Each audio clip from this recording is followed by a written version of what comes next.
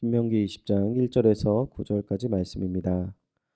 내가 나가서 적군과 싸우려 할 때에 말과 병거와 백성이 너보다 많음을 볼지라도 그들을 두려워하지 말라. 애굽 땅에서 너를 인도하여 내신 내 하나님 여호와께서 너와 함께 하시느니라. 너희가 싸울 곳에 가까이 가면 제사장은 백성에게 나아가서 고하여 그들에게 말하여 이르기를 이스라엘아 들으라. 너희가 오늘 너희의 대적과 싸우려고 나왔으니 마음에 겁내지 말며 두려워하지 말며 떨지 말며 그들로 말미암아 놀라지 말라. 너희 하나님 여호와는 너희와 함께 행하시며 너희를 위하여 너희 적군과 싸우시고 구원하실 것이라 할 것이며 책임자들은 백성에게 말하여 이르기를 새 집을 건축하고 낙성식을 행하지 못한 자가 있느냐 그는 집으로 돌아갈지니 전사하면 타인이 낙성식을 행할까 하노라. 포도원을 만들고 그 과실을 먹지 못한 자가 있느냐 그는 집으로 돌아갈지니 전사하면 타인이 그 과실을 먹을까 하노라. 여자와 약혼하고 그와 결혼하지 못한 자가 있느냐 그는 집으로 돌아갈지니 전사하면 타인이 그를 데려갈까 하노라 하고 책임자들은 또 백성에게 말하여 이르기를 두려워서 마음이 허약한 자가 있느냐 그는 집으로 돌아갈지니 그의 형제들의 마음도 그의 마음과 같이 낙심될까 하노라 하고 백성에게 이르기를 마친 후에 군대의 지휘관들을 세워 무리를 거느리게 할지니라. 아멘.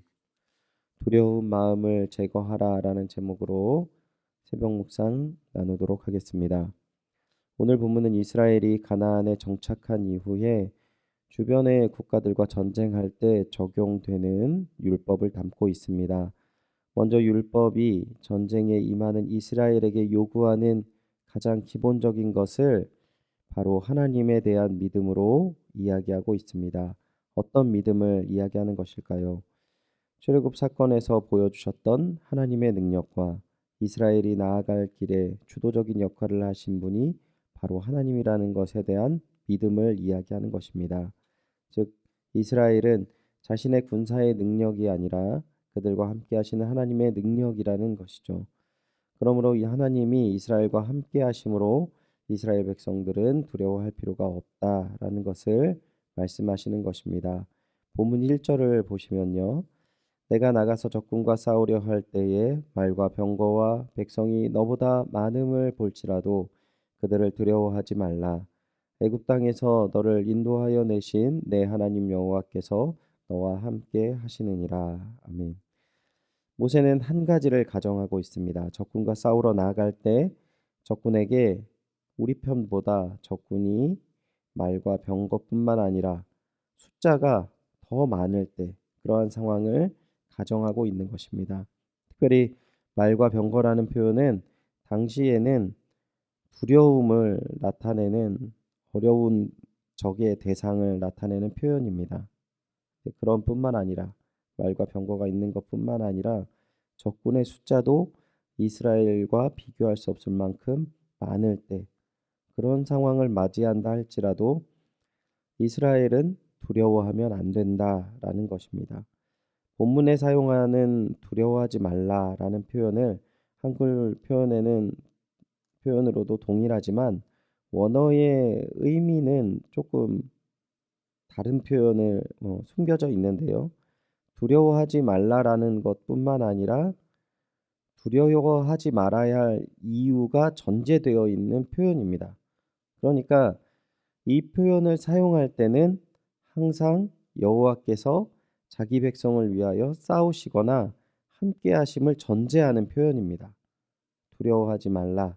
그냥 두려워하지 말라는 게 아니라 이 표현을 어, 원어적으로 보면 왜 두려워하지 말아야 하는가? 여호와께서 자기 백성을 위해서 싸우시기 때문에 함께 하시기 때문에 우리는 두려워하지 않는다. 이런 표현으로 두려워하지 말라라고 표현을 하고 있다라는 것이죠. 모세는 두려워하지 말아야 할 이유가 하나님께서 함께 하시니까 두려워하지 말라고만 이야기하지 않습니다. 분명한 이유가 있는데요. 그 이유는 하나님께서 과거에 애굽 땅에서 너희를 인도하셨다라는 것을 한 가지 더 이야기한다라는 것이죠. 그러니까 하나님의 구원하심을 경험한 이스라엘이 그 하나님의 능력과 함께 하심을 잊으면 안 된다는 것을 이야기하는 것입니다. 그리고 모세는 전쟁 준비를 어떻게 해야 하는지를 두 가지를 이야기하는데요. 첫 번째는 전쟁의 선포를 제사장이 해야 한다라고 이야기합니다. 3절과 4절을 보시면 말하여 이르기를 이스라엘아 들으라 너희가 오늘 너희의 대적과 싸우려고 나왔으니 마음에 겁내지 말며 두려워하지 말며 떨지 말며 그들로 말미암아 놀라지 말라. 너희 하나님 여호와는 너희와 함께 행하시며 너희를 위하여 너희 적군과 싸우시고 구원하실 것이라 할 것이며. 아멘. 오늘로 표현하자면 전쟁을 앞두고 이 제사장이 예배를 드리는 것입니다. 그리고 모세의 한 이야기를 제사장이 그 자리에서 선포를 하는 것이죠.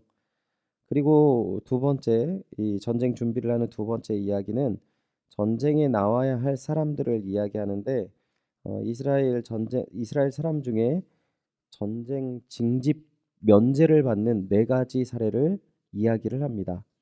첫 번째는 새 집을 건축하고 낙성식을 행하지 못한 사람은 집으로 돌아갈 수가 있습니다.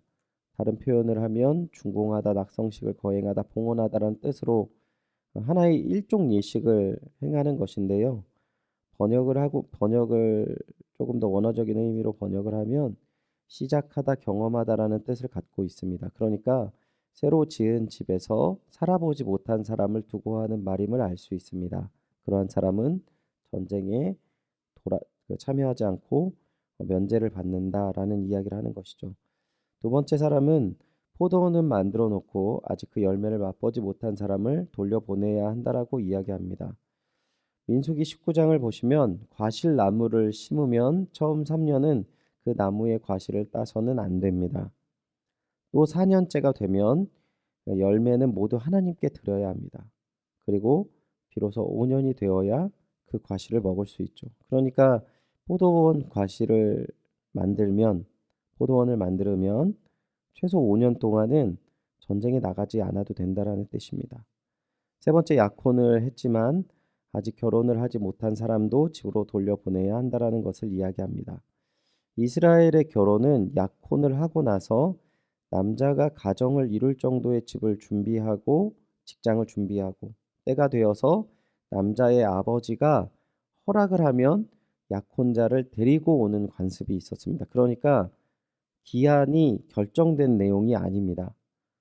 결혼식이 언제 있었고 그러니까 그 결혼식을 하고 나서 전쟁에 참여해야 된다라는 뜻이 아니고 약혼을 했다라는 것은 이 사람이 결혼을 한다라는 것이 일정한 기간을 이야기하지 않는다라는 것이죠. 그리고 또한 신명기 24장 5절을 보면은 이러한 내용이 추가가 되어 있는데요. 사람을 새로이 아내를 맞이하였으면 그를 군대로 보내지 말 것이요 아무 직무도 그에게 맡기지 말 것이며 그는 1년 동안 한가하게 집에 있으면서 그가 맞이한 아내를 즐겁게 할지니라. 아멘. 결혼을 하고 나서도 1년 동안 징집 면제 대상이 되는 것입니다. 그러니까 이 기간을 정해 놓을 수가 없는 것이죠.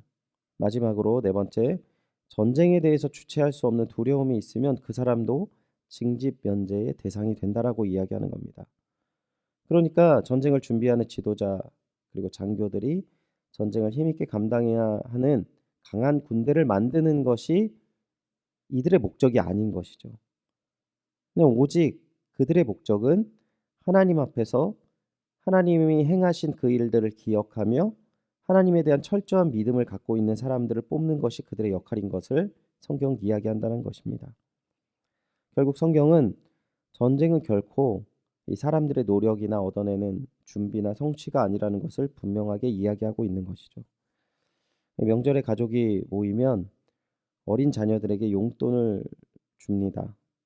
저 역시 아이들에게 용돈을 주고 저희 아이도 용돈을 받습니다. 조카들의 모습을 보면 어, 물론 그 아이들이 받았던 돈이 그 당시에는 그들에게는 큰 돈이 될 수 있지만 제 입장에서 보면 어른들의 입장에서 보면 그 돈으로 할 수 있는 것이 참 한정되어 있습니다. 그런데 아이들은 그 돈을 마치 모든 것을 할 수 있고 큰일도 할 수 있다라고 생각하는 표정과 계획을 세우는 모습을 쉽게 볼 수 있습니다. 그런데 그러한 모습이 마치 만유의 구주이신 그리고 모든 것을 이루신 하나님 앞에서 우리가 작은 것을 가지고 모든 것을 감당할 수 있다라고 생각하거나 행동하게 되는 모습과 마치 비슷하다라는 생각이 들었습니다. 이스라엘의 역사를 보면 오늘 말씀이 성취되는 본문을 어렵지 않게 찾아볼 수 있습니다. 하지만 이스라엘 백성은 주로 하나님을 의지하는 것보다 자신의 힘을 더 의지하는 모습을 많이 볼 수 있습니다. 하나님께서는 그러한 이스라엘에게 하나님이 누구이심을 끊임없이 알려주는 것을 우리는 알 수 있습니다. 오늘 우리가 하나님을 진정 의지하고 이 말씀이 나의 말씀임을 믿으신다면 오늘 우리 가운데 있는 가장 큰 두려움이 무엇일까요? 저는 코로나19로 인하여서 우리가 모이지 못하고 또한 우리의 상황에 대한 두려움이 아닌가 생각이 듭니다. 하지만 우리가 하나님을 철저하게 신뢰한다면 이러한 두려움, 이러한 전쟁이 나의 것이 아닌 하나님의 것임을 선포하시고 주님을 의지하셔서 하나님이 베푸시는 구원의 은혜, 승리의 은혜를 누리는 것이 마땅한 줄 믿습니다. 오늘 그 믿음, 이 말씀을 의지하시고 하나님이 주시는 그 귀한 은혜를 누리는 귀한 하루가 되시기를 주님의 이름으로 축원드립니다. 하나님, 저희들이 오늘 말씀을 너무나 잘 알고 있습니다.